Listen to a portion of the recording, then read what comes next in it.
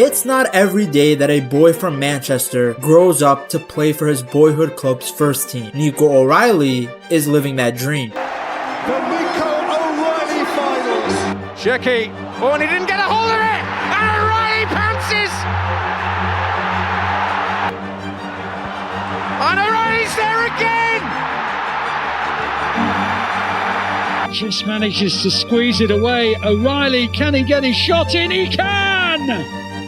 Now City've got a 3-1 lead. Nico O'Reilly, and on his 200th Premier League appearance, Foden with the assist. In just a few years, he has gone from a local lad in the academy to a rising star in Manchester City's senior squad. A year ago, only hardcore City fans knew his name. Now he's starting big games, getting England call-ups, and even made the shortlist for the 2025 Golden Boy Award. He completely locked up Mohamed Salah and has helped solidify the City back line. Salah kept trying all his moves, but Unk couldn't get by the youngster. How many times do we have to teach you this lesson, old man? I love the young people. He's one of the most exciting young players in the Premier League. And the craziest part is that he's doing it in a position no one expected. When Nico O'Reilly was just a baby, his mom, Holly, already had a feeling that he was different. Fast forward 20 years, and his mother's intuition seems spot on. Her son is now playing for Manchester City, holding down the left side of the defense. The man even has Pep Guardiola blowing kisses from the touchline. Nico grew up in Manchester, a proper local kid. And as a kid, he couldn't get enough football. He played for 2 local teams and would often play 2 matches on the same day. After that, he would still join his friends for a kickabout in the park. Then Sundays were reserved for Manchester City's academy training. Nico was 8 when he officially joined Manchester City's academy. It was a dream come true for a local kid who grew up supporting the club. Just a kid from Manchester, grew up here. So to play for my boyhood club, my dream club, and the fans give me this support, it means so much. From that moment on, he was all in. For the next 10 years, he climbed through every level of City's youth system, learning, improving, and living the dream of wearing that sky blue shirt. His family was behind him every step of the way. Nico often talks about how much his mom did for him, driving him to training, supporting him through ups and downs, and making sacrifices so that he could chase football full time. But can I ask about your family, and in particular your mum, and the huge sacrifice and time I know she's put in to help you over the years? Yeah, huge sacrifices. She's took me since I was a baby to football every single day. She's dedicated her life into mine.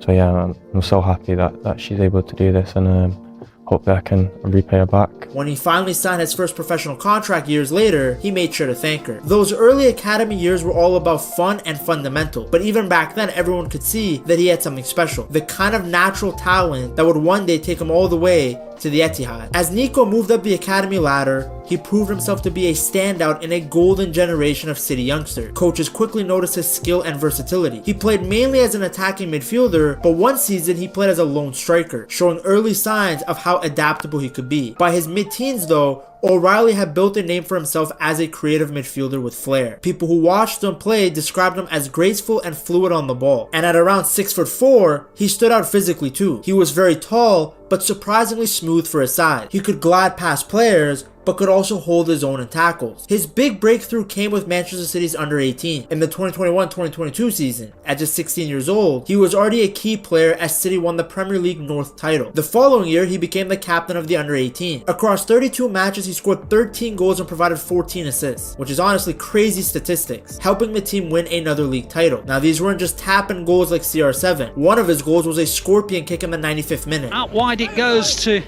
Wright. Wright coming forward. The pass just eludes his target, Undala, but it's kept alive. Popped in by Muir. Oh my word, that is absolutely incredible from Nico O'Reilly. A week after this goal, he followed it up with a 40-yard chip against Manchester United's under-18. City dunking on the garbage team in Manchester even at the youth level. You love to see it. That same year, he won City's Academy Goal of the Year after scoring from the halfway line against Nottingham Forest's youth side. I mean, they really should have drug tested this guy. By the end of the season, he had basically done it all at the under-18 level. He had won back-to-back titles, scored some incredible goals, and he had wore the captaincy. He was ready to move up. He started training regularly with City's elite development squad, which is the the under-21s and even got chances to train with the first team. I think it's very intense. You go from playing academy football to jumping straight into arguably one of the best clubs in the world. I mean, it is a massive jump, so it is hard to adapt to.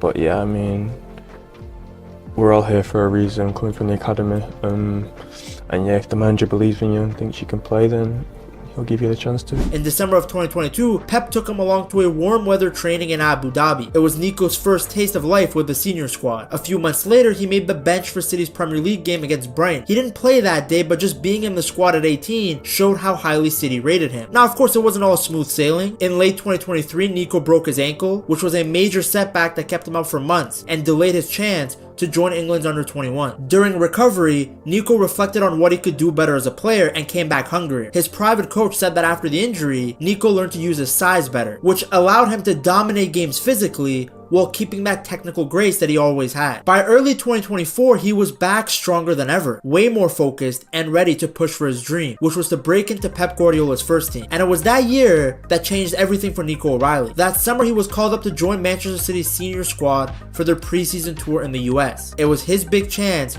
to show Pep Guardiola what he could do. And let's just say, he didn't waste it. In a friendly against Barcelona, Nico put on a show, impressing everyone that was watching. Vardiol, good ball, chance for O'Reilly! Nico O'Reilly!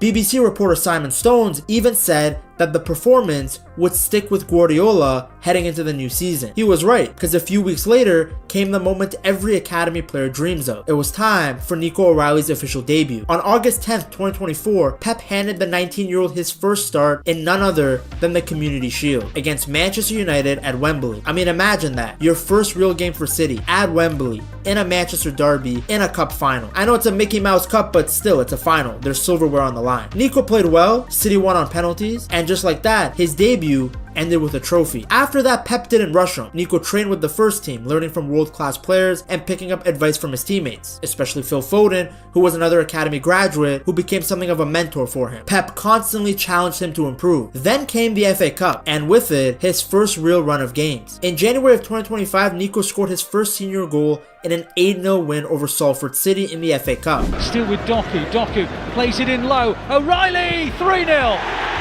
A first ever City goal for Nico O'Reilly. Now yes, it was not the toughest match, but for a young player, that first goal is massive. It boosted his confidence and the momentum carried on. You scored your first competitive goal in the 8-0 win over Salford. Looking back on that game now, how important do you think that was? Yeah, I mean, I think it was a big thing, confidence-wise. It lifted my confidence right up. Because in March, he starred again in the 5th round against Plymouth Argyle, scoring twice in a 3-1 win, his first brace for the club. His good form continued into the quarterfinals against Bournemouth. City were really struggling in this match, so at halftime, Pep threw Nico on, but not in midfield. He played him at left back, and it worked perfectly. Nico was everywhere in that second half. He was bombing forward, defending hard, and setting up both goals in a 2-1 comeback win. One assist was a low cross, the other a clever cutback. Ball, City penalty. Chance to take the lead. Haaland's still just adjusting his socks, waiting to strike the ball he hopes into the back of the Bournemouth net. Saved by Kepa. Haaland struck it to his left, and they have opted to make a change. Kuzanov on a yellow card, he has come off. And Nico O'Reilly, who's been somewhat of a lucky charm for City in the FA Cup this season, scored 3 times. He's now on. De Bruyne plays a lovely ball, and O'Reilly scampers down the middle. O'Reilly keeps on coming. Lovely ball. Haaland, City 1, Bournemouth 1. O'Reilly's not been on the field very long. He tees up Erling Haaland. We tried to find O'Reilly, got to it. O'Reilly, lovely ball. Marmoush just on. 2-1 City. O'Reilly's another assist. Marmoush with his first touch of the game, and City, having trailed, turn the match around. Bournemouth 1, City 2. Nico O'Reilly with 2 assists. He completely changed the game and was named man of the match. Even Pep couldn't hide his excitement. Well, against Plymouth,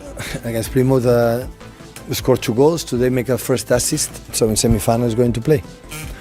So I'm sorry. No, he played really good. He's a number 10. We cannot forget he's a number 10. But have a pace. He's so intelligent, quality with the ball in the final third, have vision. So, but really good. So he played really good. He made the impact because before No, he make 2 assists, no, right? 2 assists, yeah. So 2 goals with 2 assists. So yeah, that's why I was going to play against Nottingham.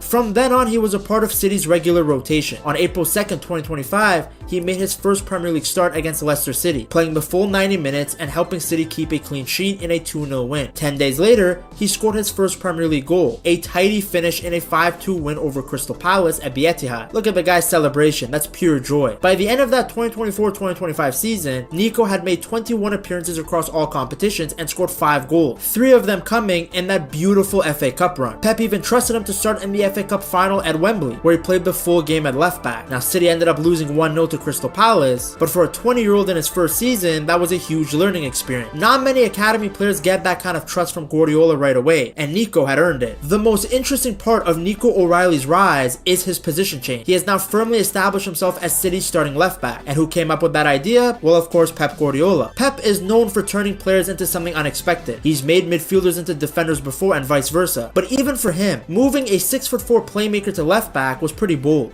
In most teams, I guess, left back to a second midfielder are quite different positions. Perhaps here under Pep Guardiola, not quite so different. What are the similarities, perhaps, that you have been able to take, the skills you've been able to transfer quite easily to that position? Running with the ball, you get quite a bit of space out wide. Crossing from the left flank. I mean, as an attacking midfielder, throughout like my youth stages, I was always out the edge of the box, crossing it into a striker or winger. So yeah, I think that's helped me out a lot to go into a left back role. Around Christmas of 2024, Pep had been watching Nico train with the senior squad and noticed a mix of things: his size, energy, and understanding of the game. You see, City's academy is full of smaller technical players like Phil Foden, but Nico was different. He was taller, stronger, but still great on the ball. And that got Pep thinking, maybe this kid could play as an inverted fullback, drifting into midfield when City have possession. It worked. Firstly, because Nico's footballing brain is elite for his age. He reads the game well and adapts fast, which is crucial when you're learning a brand new role. Secondly, his midfield background made the switch easier. City's system asks fullbacks to step into midfield at times when the team has the ball, and Nico already has the skills for that. He's used to playing in tight spaces, passing under pressure, and he understands the movements around him. That's everything that Pep needs from an inverted fullback. And then thirdly, his physical traits help a ton. At 6'4", he can dominate in the air. He can be stronger in duel. Pep's even praised him for being fast, for being clever with the ball, and great during set pieces. That combo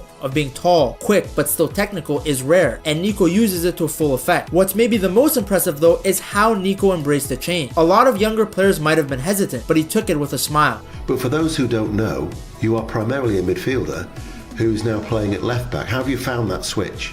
Yeah, at first I found the switch pretty difficult because obviously I'd never played there before, but obviously I was training there every day, playing there. So yeah, it started to get easier. I got a lot of good advice. So yeah, I enjoy it. It's a bit different, but yeah, I'm enjoying it. What was the bit of advice that you were given?